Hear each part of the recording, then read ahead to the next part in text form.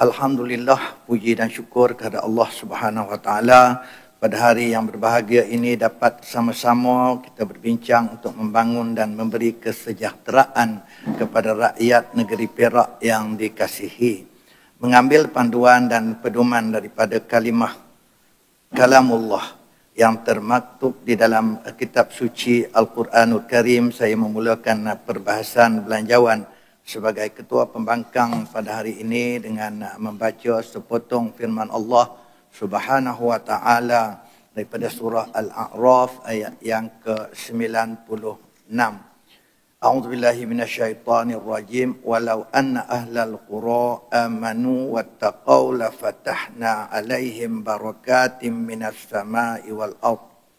Walakin kazzabu fa akhadnahum bima kanu yaksibun. Sadaqallahul azim. Yang bermaksud sekiranya penduduk dalam negeri itu beriman dan bertakwa, tentulah kami akan membuka kepada mereka pintu pengurniaan yang melimpah-limpah barakahnya daripada langit dan bumi, tetapi mereka mendustakan Rasul kami. Lalu kami timpakan mereka dengan azab siksa disebabkan apa yang mereka telah usahakan. Sadaqallahul azim. Keyword dalam ayat ini adalah bertakwa, beriman dan bertakwa mengikut perintah Allah Subhanahu Wa Taala. Maka segala kehidupan dunia ini insya-Allah akan dibereskan oleh Allah Subhanahu Wa Taala.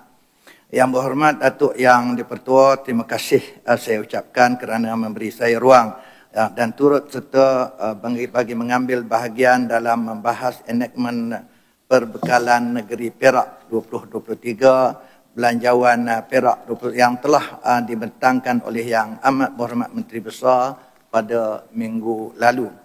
Semanggul mengucapkan tahniah kepada Yang Amat Berhormat Menteri Besar dan seluruh jentera kerajaan yang telah menyiapkan belanjawan yang mana boleh dikatakan sebagai sebuah bajet pada hemat saya cukup komprehensif dan menyeluruh serta menepati situasi semasa negeri pasca Covid dengan jangkaan ekonomi mendatang dengan mengimbangi di antara jangkaan pendapatan dan juga jangkaan perbelanjaan. Terima kasih saya bagi pihak seluruh kaki tangan penjawat awam di atas keprihatinan Yang Amat Berhormat dengan menganugerahkan atau memberi bonus sebanyak 1,5 bulan gaji kepada mereka. Penghargaan ini sudah pastinya dapat meningkatkan motivasi kepada seluruh jentera kerajaan sebagai enjin penggerak pembangunan dan juga pentadbiran serta perkhidmatan kepada rakyat dalam negeri Perak ini. Saya sebagai ketua pembangkang dan semua staf pembangkang akan terus berperanan sebagai pembangkang yang konstruktif, membina dalam membantu kerajaan dalam memberi perkhidmatan mengurus hasil negeri dengan lebih berfokus, berkesan, efektif. Dan rakyat negeri Perak juga sudah lama menanti suatu yang terbaik daripada pentadbiran kerajaan dalam aspek sosioekonomi, kebajikan, kesihatan, peluang pekerjaan, kos sara hidup dan lain-lain perkara yang boleh memberi keselesaan kepada mereka. Yang berhormat Datuk Yang di-Pertua, kami Barisan Pembangkang dan juga rakyat negara ini sudah lama menunggu pemerintahan yang benar-benar berlandaskan kepada undang-undang ataupun rule of law dengan izin pemerintahan yang berkonsepkan pemisahan kuasa, tiada tangkapan, tiada siasatan, tiada dakwaan terpilih, ada yang terlepas, ada yang menjadi mangsa. Tiada memecat, tukar menukar pegawai yang mana tidak sealiran, memberi tekanan dan melabel dengan tidak berasas kepada pihak lawan. Bersih daripada salah guna kuasa, rasuah, kleptokrasi dan pemimpin yang bertanggungjawab dan juga yang tidak menipu rakyat. Kami dan rakyat seluruhnya sedang menunggu formula ekonomi yang boleh menurunkan harga barang, menurunkan harga minyak dan juga menambah peluang pekerjaan dan mengurangkan pengangguran yang dinanti oleh semua rakyat.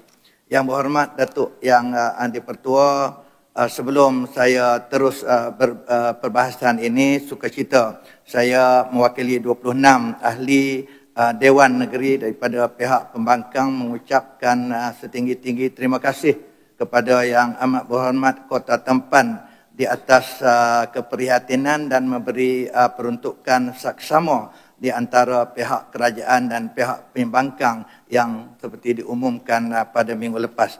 Pelaksanaan ini adalah sama seperti Yang Amat Berhormat Kota Tampan menjadi ketua kepada Kerajaan Campuran Perikatan Nasional dan juga Barisan Nasional pada penggal yang lalu. Ini juga sejajar dengan titah tuanku yang mahukan kerajaan berlaku adil kepada semua rakyat. Tuanku Sultan Perak tanpa diskriminasi dan menekan mana-mana pihak yang menang tidak menang semua. Perkara ini juga menggambarkan kepada mungkin secara akademiknya seperti yang dinyatakan oleh tebing tinggi yang merupakan bekas bicara pengurusan dan juga pentadbiran konsepnya kerajaan perpaduan, tetapi pada sifatnya kerajaan bukan kerajaan perpaduan kerana kita berada dalam dua blok yang berbeza, iaitu kerajaan dan pembangkang. Untuk itu saya menyerulah adun-adun di sebelah sana tidak perlu risau dan bimbang dengan kami. Ungkapan perkauman daripada sebelah mana tidak perlu diulang-ulang dengan nada yang menuding jari kepada kami. Dunia telah tahu siapa yang memulakan agenda perkauman ini. Carilah sebaik-baik jalan supaya tidak ada gelombang yang lebih besar di masa hadapan. Kami akan terus melaungkan perpaduan insya-Allah. InsyaAllah kami akan memberi kerjasama sepenuhnya seperti yang diharapkan oleh sebelah sana kepada Yang Amat Berhormat Kota Tampan dan juga membantu exco dalam pengurusan negeri ini. Kami akui bahawa kestabilan politik adalah menjadi tunjang utama kepada keamanan dan juga kemakmuran sebuah negara ataupun negeri. Nasihat kami janganlah memberi tekanan yang melampau dalam bentuk perkauman luar lunas undang-undang kepada Kota Tampan. Bimbang Kota Tampan akan berbalik arah bersama-sama dengan kami seperti mana yang telah berlaku membentuk kerajaan baru yang lebih stabil, lebih efektif dan tidak berlandaskan kepada perkauman. Untuk pengetahuan semua, semasa kami menjadi kerajaan dahulu, Kota Tampan telah melantik wakil daripada kaum India dan kaum Cina untuk sama-sama terlibat. Namun api perkauman yang ditiup oleh sebelah sana amat tebal sehingga Kota Tampan sendiri pun tidak mendapat sebarang undi ataupun sokongan. Tak ada nak silah. Usik sikit, tak ada. Yang berhormat Datuk Yang Dipertua, saya ingin menarik perhatian Dewan Yang Mulia ini kepada fokus yang telah dibentangkan oleh Yang Amat Berhormat Kota Tampan dalam belanjawan. Mohon celah, Tuan-Tuan. Saya nak dapat penjelasan daripada Gunung Semangkul tentang tiupan api perkauman yang dimainkan oleh sebelah sini. Sebab setahu saya kita tidak memainkan api perkauman dan kita berlandaskan kerajaan pentadbiran yang ada kepada perlembagaan dan undang-undang, termasuk undang-undang tubuh negeri. Jadi bila mana yang Kota Tampan dikatakan tunduk pada tekanan dan sebagainya? Okey, terima kasih.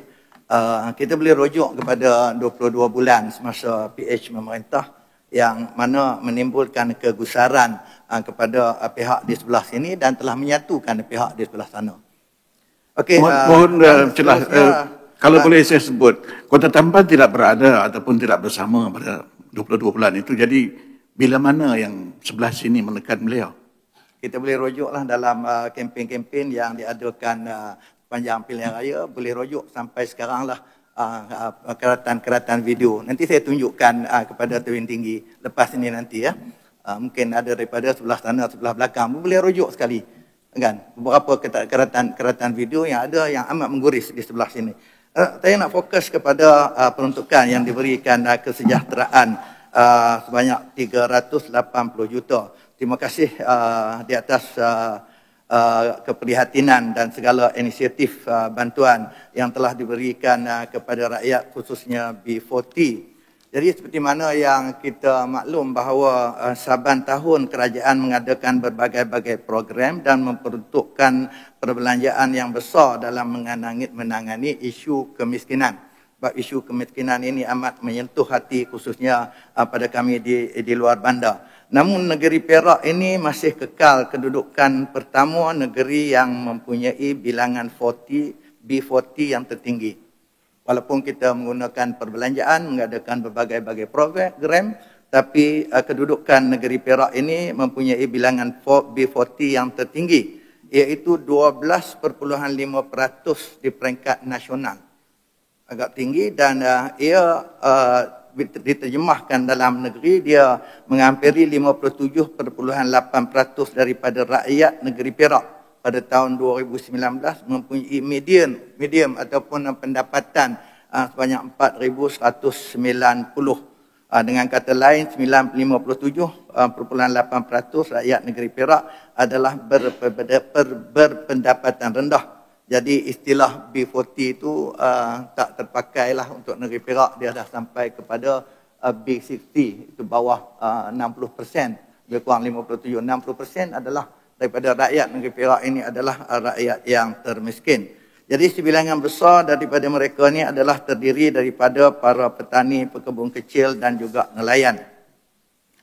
Jadi tidak kurang juga daripada wujud dalam kalangan mereka ini yang mempunyai pekerjaan dan juga pendapatan yang tidak setimpal dengan kelulusan mereka. Mereka mempunyai kelulusan yang tinggi, balik ke negeri Perak, kemudian bekerja dengan gaji yang sedikit. Inilah salah satu kalau lihat punca kepada brain drain yang keluar, yang tidak ada peluang pekerjaan, yang rasa pihak kerajaan perlu juga memberi penekanan yang serius dalam perkara ini. Saya mencadangkan selain daripada pengukuran kepada pencapaian ataupun kejayaan yang selalu kita guna, iaitu KPI, Key Performance Indicator. Biasanya kita ukur kepada program-program yang kita lakukan tercapai, maka KPI kita tercapai. Jumlah perbelanjaan yang diperuntukkan, kita boleh belanja habis, maka KPI kita tercapai. Jadi saya cuba mencadangkan supaya kita buat pengukuran kepada objektif, kepada program-program ataupun yang dikata bahasa pengurusan sekarang itu Key Performance Area ataupun petunjuk keberhasilan utama. Sebagai contoh, kita kata apabila kita mengadakan program-program untuk mengeluarkan golongan miskin ataupun B40 ini dengan peruntukan yang kita belanjakan itu, sejauh mana matlamat itu tercapai. Berapa orang yang telah kita keluarkan B40 yang itu dan berapa tangga yang kita boleh tingkatkan kedudukan rating negeri Perak ini. Usaha membantu B40 yang berpendapatan 4,360 ke bawah dengan program dan perbelanjaan diperuntukkan mestilah dapat diukur daripada berapa banyak jumlah B40 yang dapat kita kurangkan pada tahun-tahun akan datang. Jadi kita tengok berapa lama kita buat, tapi rating kita masih di tempat yang sama. Begitu juga dengan kedudukan B40 negeri Perak ini di tangga yang kelima terbawah dalam negara pada tahun ini. Dan dengan program perbelanjaan yang kita peruntukkan sebegitu banyak, pada tahun hadapan agak-agak tangga di peringkat negeri Perak itu boleh berapa tangga yang kita boleh naik, supaya kita tidak membazir masa, membazir tenaga dan kita boleh membantu rakyat negeri kita. Oleh kerana kami di 26 kawasan, 26 pembakaran ini berdiri daripada kawasan-kawasan luar bandar dan ramai daripadanya merupakan petani, penternak, nelayan dan kawasan yang teramailah B40 yang B40 ini teramai di kawasan luar bandar. Jadi saya mencadangkan supaya untuk mengenai isu B40 ini ataupun kemiskinan itu perlu kita memberi lebih fokus untuk menyelesaikan masalah ini. Jadi suka saya mencadangkan di sinilah sebab saya itu berpengalaman sedikit sebagai exco pendidikan yang kita lihat bahawa sekiranya kita boleh mengadakan satu keluarga program, satu keluarga B40 ini, kita boleh mengurus ataupun mengadakan seorang daripada anak mereka mendapat pendidikan sehingga ke universiti.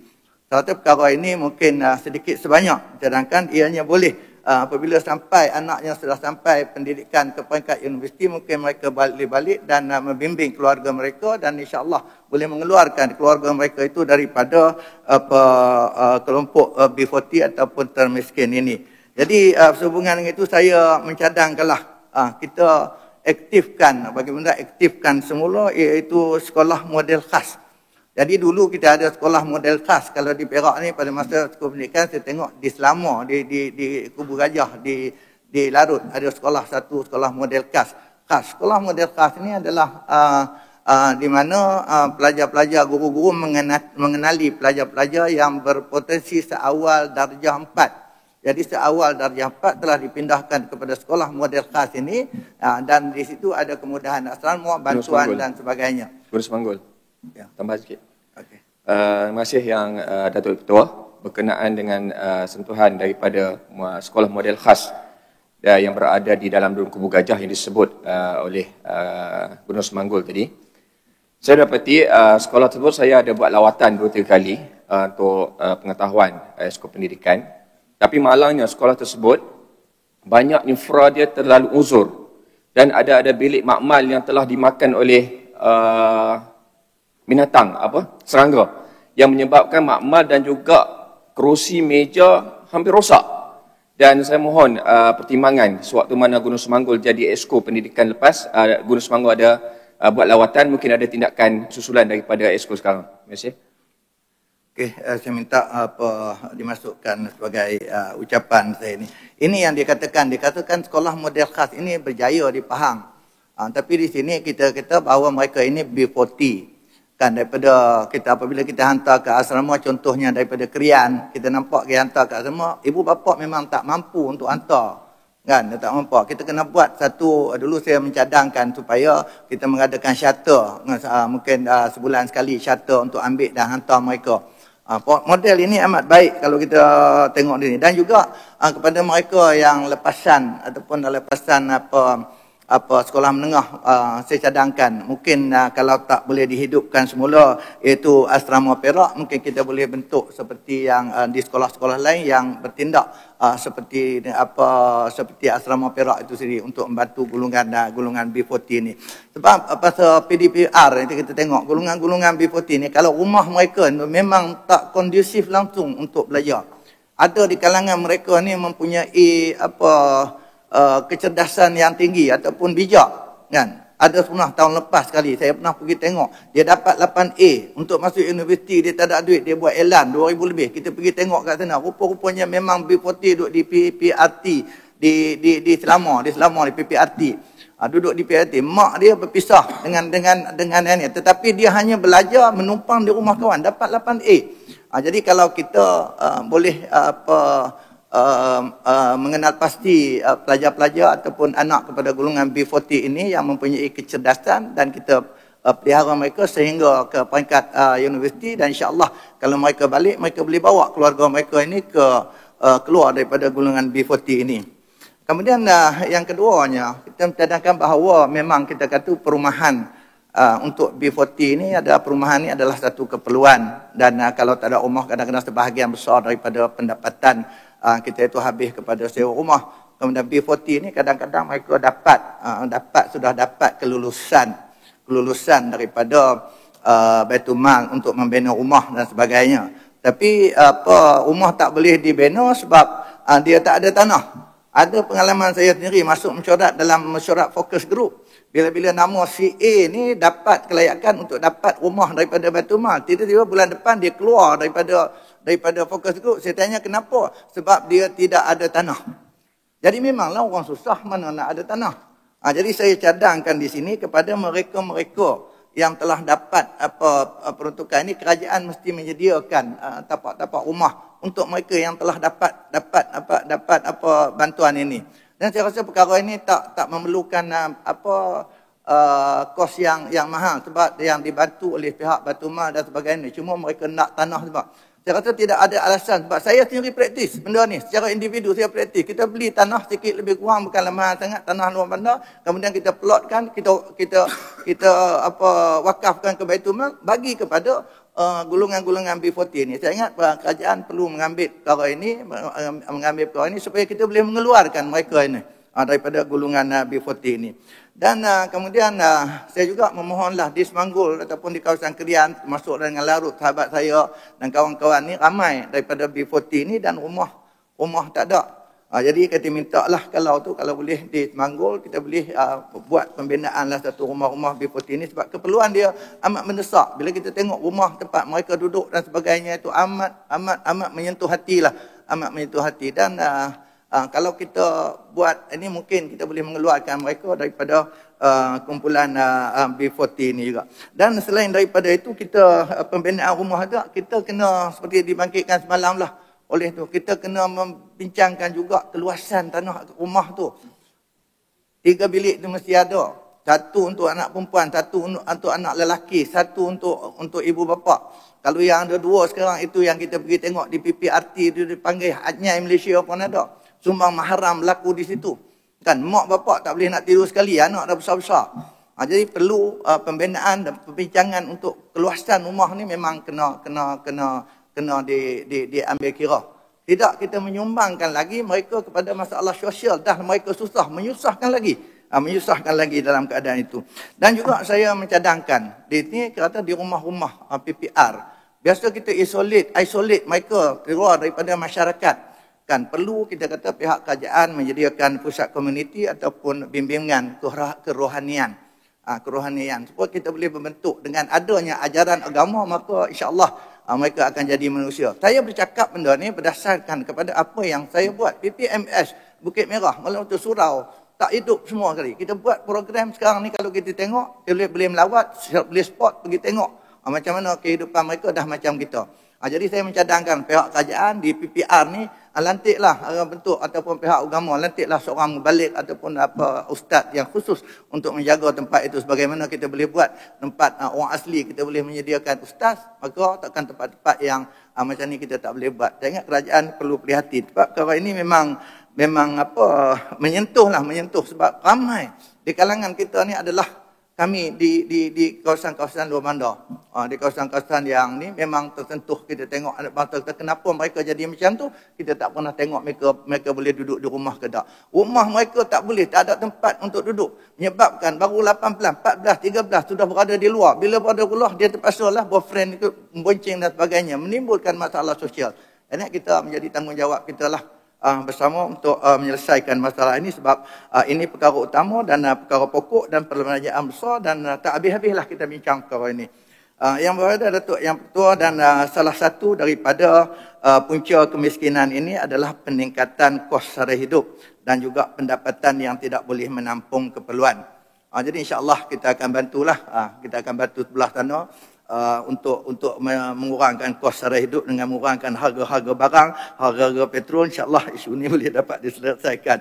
Justru itu saya mencadangkan kepada agar kerajaan negeri dapat menyediakan sejumlah peruntukan yang boleh diselaraskan dalam belanjawan negeri Perak serta menubuhkan sebuah jawatan kuasa bipartisan ataupun merentas parti untuk kita sama-sama duduk merangka, mengkaji untuk menyelesaikan isu kos sara hidup dan ataupun mewujudkan blueprint bagi membasmi kemiskinan secara tuntas dalam usaha untuk mengeluarkan rakyat daripada kepompong kemiskinan. Jadi saya juga mencadangkan kepada kerajaan juga supaya dapat meneruskan pakej rangsangan ekonomi melalui perbelanjaan peruntukan yang bersesuaian bagi memastikan proses pemulihan pasca Covid yang pernah kita laksanakan membantu kepada peniaga-peniaga untuk menambahkan pendapatan mereka.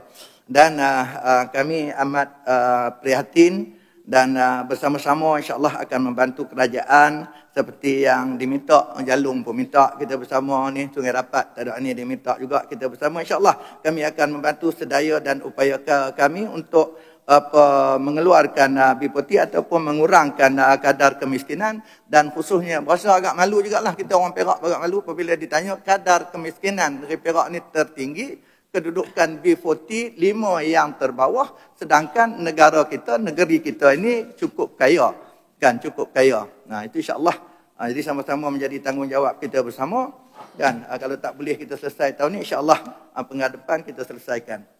Yang ketiganya saya nak menyentuh sikit. Semanggul. Kemunting nak mencelah. Terima kasih kepada Yang Dipertua Gunung Semanggul. Saya nak respon sikit berkenaan dengan masalah sara hidup. Setujukah YB Semanggul dengan pandangan saya? Sebab Perak ni dia mempunyai 23 buah ladang ternakan ayam dan mengeluarkan 148 juta telur ayam dalam sebulan. Jadi sekarang masalahnya, telur ayam grade A, grade B, grade C tak ada di pasaran. Masalah yang berlaku sekarang ni, peniaga roti canai, peniaga martabak yang mereka menggunakan telur, mi goreng, mamak.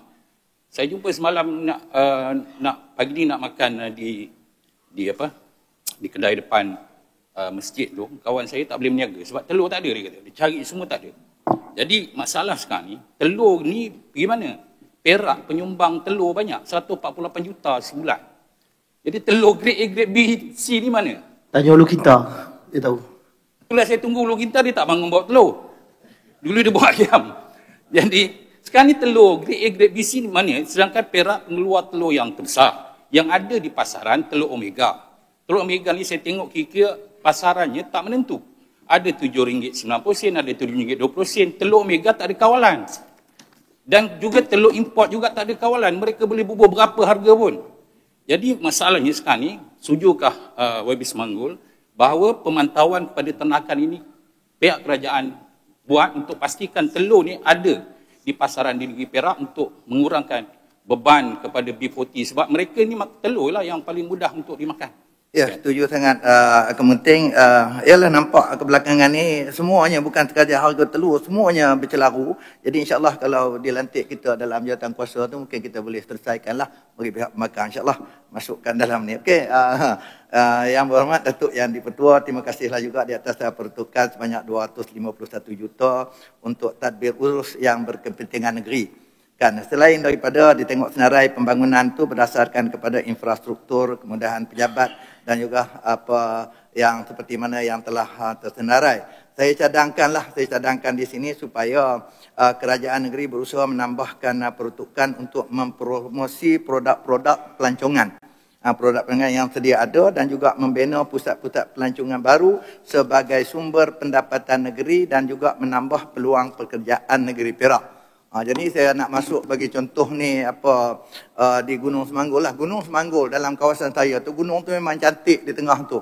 Kan, yang pertama dia menjadi satu rekreasi untuk tiap-tiap minggu, tiap-tiap hari minggu, agensi kerajaan, kilang-kilang dia datang untuk sama rekreasi mendaki gunung ke atas tu, mendaki gunung ke atas. Supaya tidak ada satu maintenance di tempat tu ataupun penyelenggaraan. Dan lebih malang dan apabila orang datang ramai hari Sabtu, hari Ahad tu juga selain daripada tu menjadi punca pendapatan kepada penduduk tu, boleh jual untuk sarapan pagi dan sebagainya. Tapi baru ni ada penguatkuasaan daripada Jabatan Hutan untuk naik ke atas tu kena bayar satu cas. Jadi cas tu kadang-kadang mari daripada kilang bawa 3, 4, 5, 10 motor mari kena cas daripada tanah patah balik. Sekarang aktiviti untuk menaik gunung tu dah menjadi meleset. Jadi saya cadangkan pihak kerajaan mempertimbangkan semula cas yang dikenakan untuk naik mendaki Gunung Semanggul itu sebagai pusat rekreasi itu kita boleh gazet sebagai mana Bukit Larut lah kot. Bukit Larut tak kena. Dengan itu boleh menggalakkan selain daripada mereka datang beramai pusat rekreasi dan boleh juga memberi sumber pendapatan kepada penduduk setempat. Dan lagi satu, saya dah cadang lama dan dah buat lama mengenai untuk menjadikan Gunung Semanggul itu sebagai pusat paragliding ataupun terbang pakai itulah. Dan saya sendiri dengan Manjui pernah pun terbang di situ. Sebab di situ yang paragliding ni untuk negeri Perak satu pun tak ada. Peminat-peminat tu cuba buat di Ipoh dengan gunung di Ipoh, tapi tak boleh sebab terganggu dengan penerbangan. Yang ada di sebelah utara di Jugera dan dan sebelah yang paling baik sekali di Ranau. Di Ranau Sabah. Dan dikatakan oleh para paraglider ni kan, Gunung Semanggul ni adalah satu tempat yang paling baiklah terhadap dengan anginnya. Tapi malangnya untuk bawa naik terbang ke atas tu, kita kena mendaki dengan kaki. Lebih kurang 1,5 jam, bawa 7 kilo, 70, dalam 78, 30 kilo barang yang nak terbang tu. Jadi setengah jam naik ke atas, turun ke bawah dalam masa 2 jam. Dalam masa 30 minit lebih kurang. Sebab tu dulu pernah kita cadangkan dan telah diluluskan satu peruntukan untuk membuat track 4 wheel. Track 4 wheel naik ke atas untuk bawa barang dan bawa siapa yang nak bersukan seperti itu. Jadi peruntukan telah dibuat dan kita telah buat kerjaan awal, tapi disebabkan oleh COVID pada masa itu ditarik balik peruntukan tu. Jadi saya minta supaya perkara ini ditengok semula. Dan kalau boleh kita boleh laksanakan semula. Sebab kita nampak sekiranya kita boleh jadi pusat paragliding di situ, kan banyak daripada pelancong-pelancong daripada luar negara, contohnya Vietnam, daripada Taiwan, Jepun, dan negara-negara Balkan, dia suka terbang ni. Sekarang dia terbang terus daripada turun daripada dia pergi ke Ranau. Dan sekiranya kita boleh tarik ke Semanggul, ke Negeri Perak ni, kita boleh dapat sumber pendapatan dan selain daripada itu boleh menjana ekonomi penduduk setempat. Jadi mereka datang sini tak boleh hari tu, mereka kena bermalam, mereka bermalam, restoran boleh hidup. Kemudian sekarang ini orang tak suka dah, orang luar negara dia tak suka dah nak duduk di hotel, hotel-hotel dan sebagainya, mereka suka duduk di perkampungan, maka homestay boleh hidup. Jadi saya mohon sangatlah perkara ini supaya dijadikan juga. Dan saya telah pergi sekali dekat tengok di Kuala Kubu. Di Kuala Kubu ada satu. Mudah-mudahan kita beri perhatianlah produk-produk yang macam ni yang boleh membuat produk baru dan menarik pelancong-pelancong untuk datang kepada kita. Bukan itu saja, boleh menjana ekonomi pendapatan negeri dan boleh menjana ekonomi penduduk setempat. Boleh duduk setempat. Sebab di Semanggul di sana nak buat kilang tak boleh. Tanah semua dah jadi hak orang. Kan? 95% daripada tanah dah jadi milik orang. Terlalu mahal.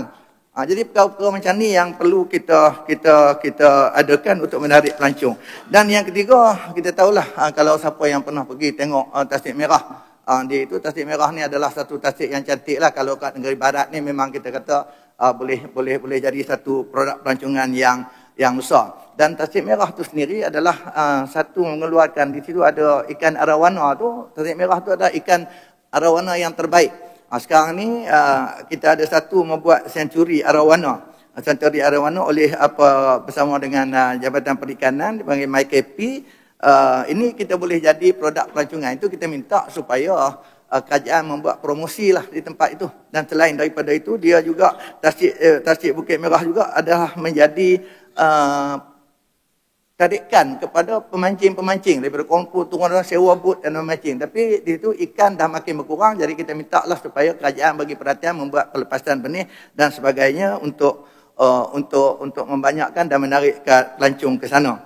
Begitu juga dengan pulau orang hutan yang kita pergi tengok, kalau di sana boleh dikendalikan oleh yayasan. Kalau ada promosi, saya ingat boleh menarik pelancong dan boleh menggiatkan aktiviti untuk orang Semanggul khususnya.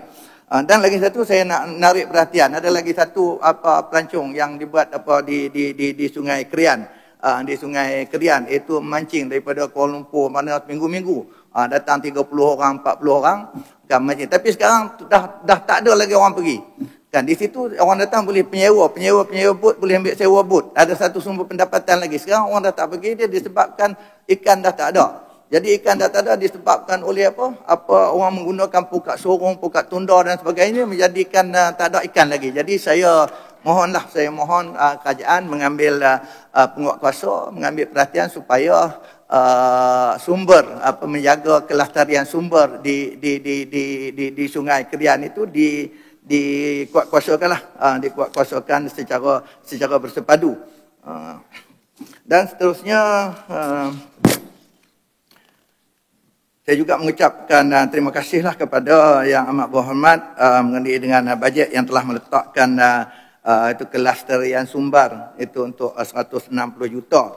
Jadi setiap tahun kita tahu kerajaan memperuntukkan jumlah yang besar untuk projek-projek tebatan air yang berpunca daripada kerana hujan dan sebagainya. Jadi saya mencadangkan supaya kerajaan memberi fokuslah kepada hotspot dengan izin yang sering berlaku banjir untuk menyelesaikan permasalahan secara menyeluruh, fokus satu-satu tempat. Jadi kadang-kadang kita banyak tiap-tiap tahun dengar ratus juta, berapa bilion, tapi hujan mari kita masalah banjir juga. Jadi macam mana pengurusan, macam mana dibuat ni mungkin kita boleh buat, kita selesaikan satu-satu tempat lah. Saya suka menarik perhatian di sini, di tempat saya lah, malam saya ada sebut di Tebuk Pancur. Di Tebuk Pancur ni ada satu terusan besar daripada Tebuk Pancur kepada Bagan Serai. Kada ada air besar. Sebelah ni ada jalan sebelah sini, jalan sebelah sana. Di sini ada parit buang. Jadi parit buang tu di sebelah sana tu ada, di sebelah parit tu ada pula perumahan yang duduk di sana dan juga pengusaha-pengusaha ikan kelisa. Jadi oleh sebab nak jemelah parit, nak jemerang parit tu, dia orang kena buat, tak tahulah tempat saya panggil kelubung, buat kok ni. Jadi buat kok. Kok ni tidak standard, kan? Ada kecil, ada besar, ada kecil, ada besar, kan? Maka menjadikan bila hujan mari, air tak boleh mengalir. Hujan 2 jam, banjir. Hujan 2 jam, banjir. Saya cuba menyelesaikan perkara ini. Dah ajak berapa-berapa. Hingga menteri pun turun. Lepas tu saya rasa hari ni saya katakan sebenarnya ada lagi tempat yang bertindih. Kan? Kita tanya, ni siapa punya? JPS punya kan? Ya, bukan. Ini siapa punya? AIDA punya ke tak? Ini pejabat tanah. Kami tak ada punca kuasa. Sehingga duduk sampai macam tu. Sampai bila perkara ini kan? Jadi kita tak mahu lah. Ini melihat satu perkara yang kecil. Jadi kita ingat, kalau kita boleh membesarkan balik kok ni, masalah atau dengan peruntukan yang ada, boleh tengok balik situ, dia boleh menyelesaikan banjir itu dan bantuan bulanan keselesaan rakyat pun bolehlah kita bagi. Tapi kita nak bagi keselesaan, kita mari cerita. Saya bawa sampai menteri, saya tanya bila lagi perkara ni bermula. Pada sebelum ni pun kita bawa juga. Takkan perkara sekecil itu kita tak boleh nak selesai. Kita nak selesai. Dan perkataan ataupun perkara yang bertindih ni, ingat kerajaan kita kena selesaikan lah. Kalau sebelah sana tak mampu nanti, kita ambil esok, kita selesaikan insyaAllah. Jadi dan juga banjir di Pekan Semanggul. Di Pekan Semanggul ni dulu sebelum ini, dia ada satu pakej di Pekan Semanggul dulu. Hujan sekejap je banjir. Hujan sekejap je banjir. Kita dapat satu pakej. JR dapat di Pekan tu, di Kedai tak ada banjir. Tetapi belum dibuat secara keseluruhan. Sekolah Ihya, sekolah yang berhormat Ustaz Akmal ni. Hujan je masuk air. Kan? Kita kata nak pakej ni kena buat keseluruhan. Jadi saya minta lah supaya kerajaan tengok dan buat menyeluruh. Biar selesai sekali menyeluruh. Tak apa, sekali ni bajet, sekali banyak ni, tak apalah bagi ke tempat mana. Tapi bagi selesai. Tapi kalau kita buat sekerat, sini banjir sekerat, belanja habis. Kemudian masalah tak selesai. Kan? Jadi kita tak perlu bincang lah. We are moving forward dah. Kata orang Lenggung. Kita nak moving forward dah. Nak bagi ke depan. Kita tak mahu dengar dah masalah tindih, masalah ini dan sebagainya. Apa yang ketiga,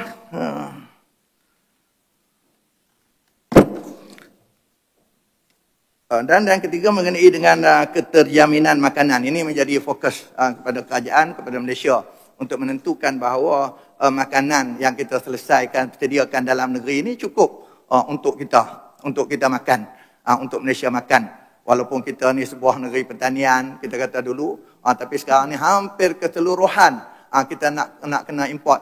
Hatta telur ayam yang kita banyak pun nak kena import juga. Jadi wallahu alam lah macam mana. Jadi perkara ini walaupun kita memperuntukkan yang banyak seperti mana yang telah disebutkan tadi, saya telah membangkitkan perkara ini dalam perbahasan titah tuanku itu. Pertama saya minta sebab yang menyumbang kepada padi ataupun tanaman padi ini, pesawah-pesawah ni kadang-kadang mereka ini sering kena bencana dan kena serangan ulat dan sebagainya. Jadi saya mohonlah kepada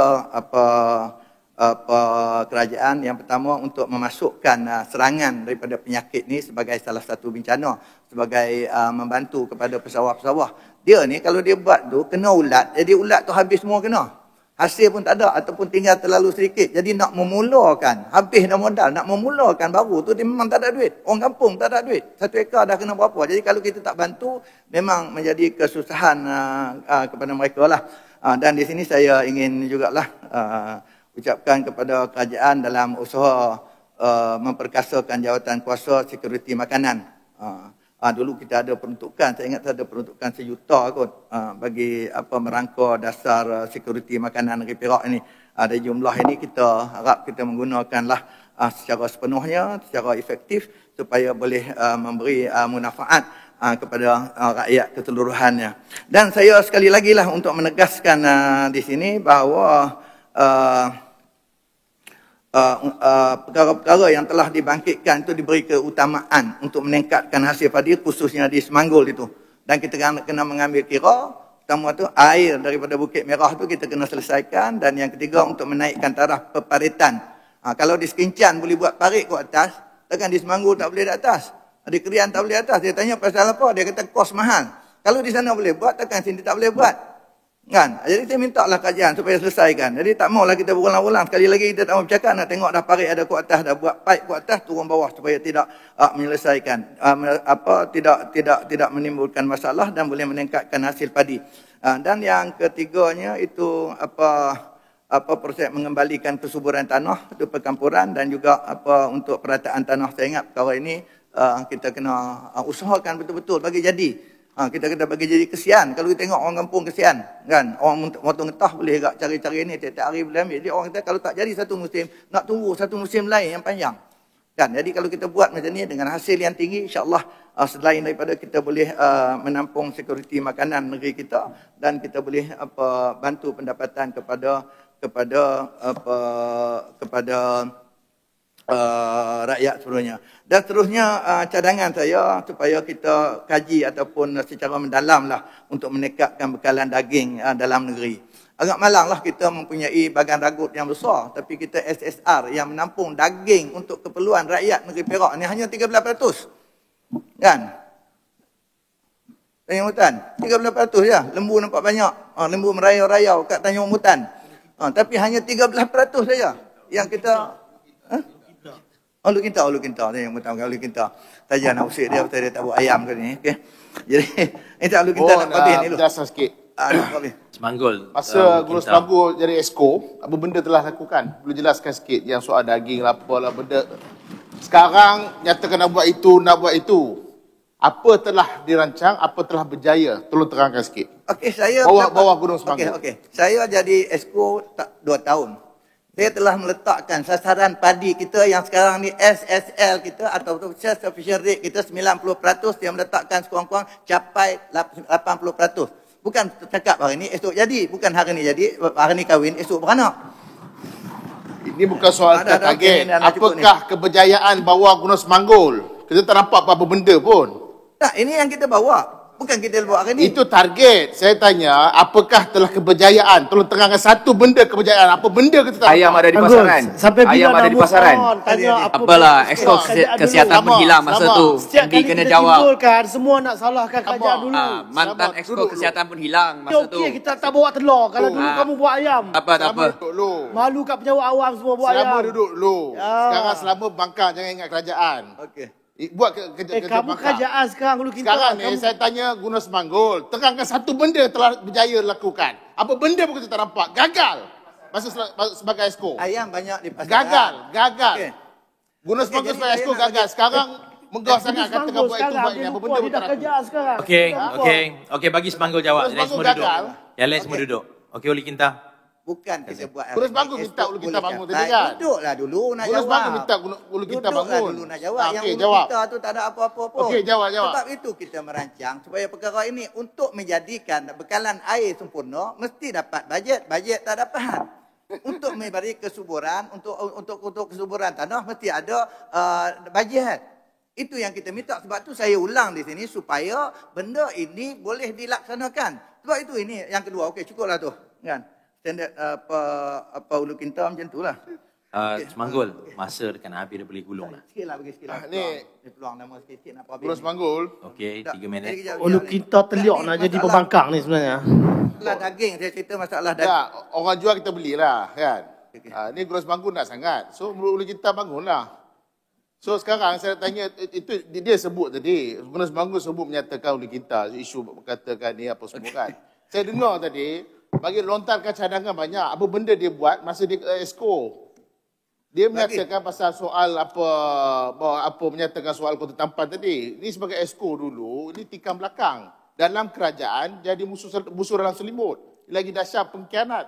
masa dalam kerajaan. Okey, oleh Kinta. Kita Okey, layak oleh sebut Kinta. soal Okey, itu panjang cerita lagi. Okey, kita bagi Spanggul jawab. Okey, yang nak bagi tahu sekarang ni kita lembu, daging lembu kita hanya 13.6%.